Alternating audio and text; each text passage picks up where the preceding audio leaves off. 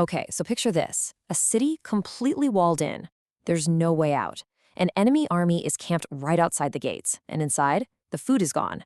Now, this isn't some movie plot. It's the true story of the ancient city of Samaria staring down a crisis that pushes people to their absolute limit. This story isn't just about the past, though. It asks a question we all face. What happens when hope finally runs out? Let's get into it. You know, when things get this bad, when everything you count on just falls apart, our first instinct is often to find someone or something to blame. But where do you even start? Your leaders? The enemy? Or maybe, just maybe, you blame God. All right, let's set the scene.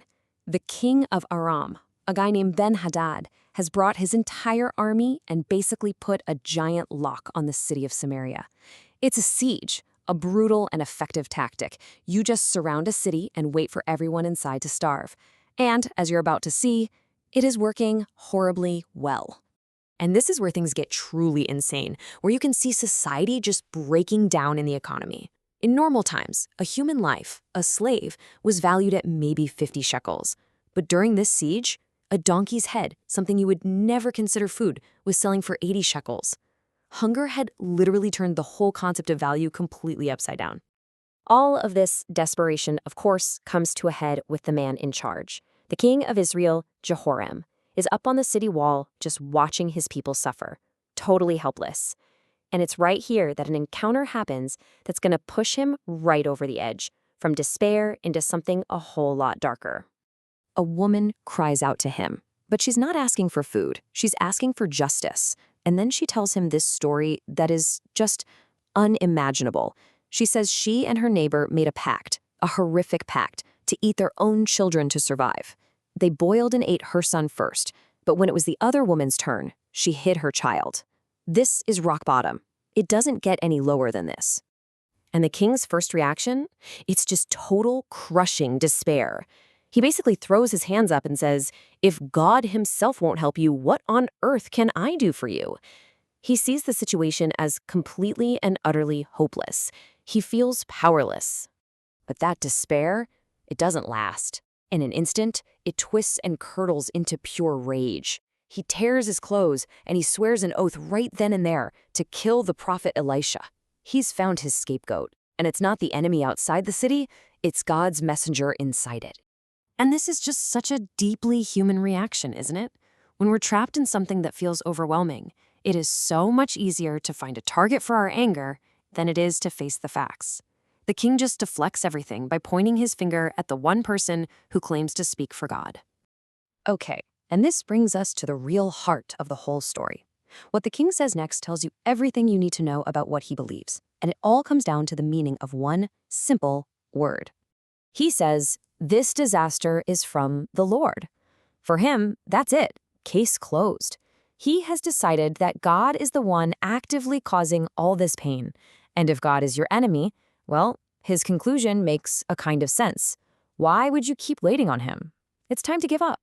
And here's that critical word, wait. See, in English, waiting is passive. It's boring. You do it at the DMV. But in biblical Hebrew, to wait is an active verb. It means to trust, to hope, to rely on. So when the king asks, "Why should I wait any longer?" he is really asking, "Why should I trust God any longer?" He's officially announcing that his faith is dead. So this leaves us with two totally different ways of looking at a crisis. On one side, you have the king's view. God is the bad guy. He's my antagonist. He's the one causing my pain. On the other side is the prophet's view. God may have allowed this suffering, but that doesn't make him the enemy. In fact, he's still our only potential deliverer. So it's at this absolute lowest point the king has given up on God and is literally about to murder his prophet that Elisha says something. He makes a promise that is so radical, so completely unbelievable, it sounds like he's lost his mind. The prophet declares that by this time tomorrow, the entire economy is going to do a complete 180. I mean, think about this jump. From over 80 shekels for a donkey's head to 1 single shekel for the finest flour. That isn't just a good day on the market, that is a flat-out impossible miracle. To put it as simply as possible, Elisha looks at this city that has resorted to cannibalism, looks at a king who wants him dead, and says, "Don't worry, in 24 hours, this whole thing will be over." He's promising an unimaginable abundance in the face of unimaginable horror. So, how does this insane promise land? Well, that brings us to the last character on our story, the king's right-hand man, an official who basically represents the voice of common-sense cynicism. His response is just pure sarcasm. He scoffs and says, "Look, even if God opened up windows in the sky and poured out food, this could not happen."